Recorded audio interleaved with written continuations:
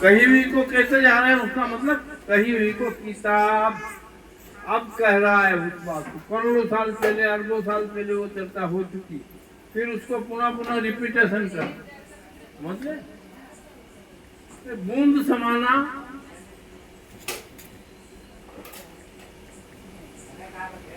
समुद्र समाना बूंद में जाने बिरला। अब बताओ, संसार की नाव तो नदी में डूब गई, छोटी सी बात है कि नाव में नदी डूब गई, लेकिन यहाँ क्या कह रहे हैं साहब, समुद्र जो है बूंद में समा गया। कैसे जानोगे? कबीर काया समुद्र है, कबीर काया समुद्र है। शिव गोरख जो योग कमाया, काया का और छोर नहीं पाया। इस काया का और छोर, ये छोटी सी दिखने में है, लेकिन इसमें क्या समाया है?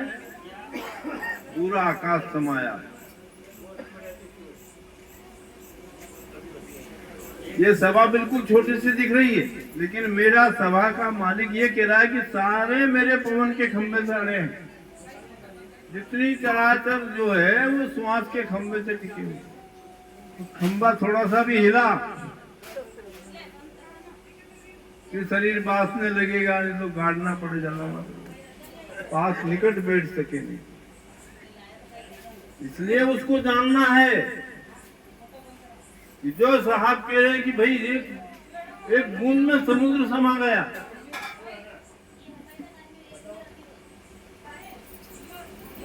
नदी नाव में डूब गई। लोगों की नजर में तो यार दीवाना आदमी है, पागल है, कुछ भी बकता है। लेकिन देखो भाई, एक बूंद में 21 ब्रह्मांड समाया। ये आकाश नहीं, कोटि ब्रह्मा होगा 10 करोड़ कन्हैया, 7 करोड़ शंभू हो गए मेरी एक पलड़ी। अभी मैं कहता हूँ वर्तमान को वर्तो भाई, कि महाराज भी यार गजब का आदमी है, ऐसी बातें करता है जो किसी की समझ में ही नहीं आती।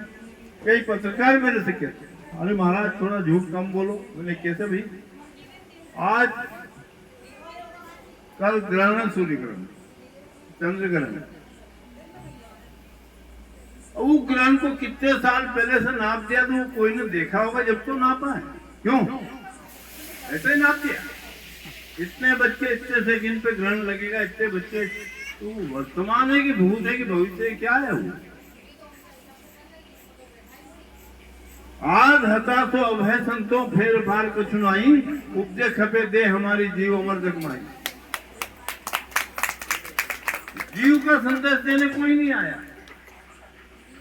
शरीर का संदेश दिया, शरीर 3.5 हाथ लंबा है, धरती इतनी बड़ी है, नाप दी, आसमान इतना बड़ा है, धरती से आसमान की दूरी 98 करोड़ योजन है। अब इनको भाषा नहीं मालूम, 6 पलंग 12 पालंग, ये संतों की भाषा है, क्योंकि इनने वेद मीटर, इंची, सेंटीमीटर तक जाना। पर कबीर ने धरती आसमान को नाप करके फिर अपनी चर्चा शुरू की। हम जो चर्चा करते हैं सुनी सुनाई करते हैं, समझते रहेंगे। ये दिया कबीर ने कहा नाम दीक्षा होगी तो कब होगी? नजरों पे नजर हो, हाथ पे हाथ हो, बात पे बात हो। अब आदमी क्या समझे यार, कितनी बड़ी बात है, सब पागलपन की बात है। अरे तुम्हारा आज नजर से नजर मिलने से बैंक से रुपया निकल जाता है कि तुम्हारा आधार कार्ड क्या है, मिलता है नहीं? कितने साल पहले कबीर ने, अरबों साल पहले अपनी बात कही कि मेरा शिष्य वो जो मेरी नजरों पे नजर रखे, जो मेरी बात पे बात रखे, जो मेरे हाथ पे हाथ रखे। गुरु कर ले आप समान। और कोई अपने समान करने वाला है क्या? बता दो मेरे को दुनिया में। कोई बड़ा अधिकारी उतर के कह दे तू बैठ जा, मैं उतर के आया। गुरु कहता है कि बेटा मैं जा रहा हूं, अब तू संभालना, इस चर्चा को बनाए रखना। इसलिए यहाँ का एक एक श्रोता सदगुरु का दरबारी है और दरबारी में वो गुण लक्षण होना चाहिए जो कहीं से बदनाम नहीं हो, विचारधारा इस तरह की संतुलित करना चाहिए कि जो कहीं ठोकर नहीं खाना पड़े। भटकने वाले बहुत है, बड़ी बड़ी सभाएं, रोता वक्ता मर गए, मूर्ख अनंत अपार, अनंत अपार श्रोता वक्ता मर गए हैं, कोई बचा नहीं। लेकिन कबीर में जीव को अजर अमर करने के लिए आया है, जीव को अजर अमर का ज्ञान देने आया। मरे जले आग में स्नान किया, फिर मोबाइल बनाया, फिर ट्रांजिस्टर बनाया, फिर रेडियो बनाया, फिर हवाई जहाज बनाया। ये कौन है? मैं मर जीवा समुद्र का, कहाँ मरे ने कहा जिए? सुर में। मैं मर जीवा सुर गुरु का। कौन से गुरु में? कहाँ समुद्र ढूंढने जाओगे? कहाँ उसमें गोता लगाओगे? साथ कहते हैं मैं सुरगुरु, अपने नासिका के छिद्र में जो सुर है, जो नासिका से प्रवाह होता, सुखी नदी अमी बहाई, तहाँ कबीर जगत रिझाई। जगत की हरियाली देने वाला हमारा सत्पुरुष अमी नदी सबकी नाक की सांस से बहाता।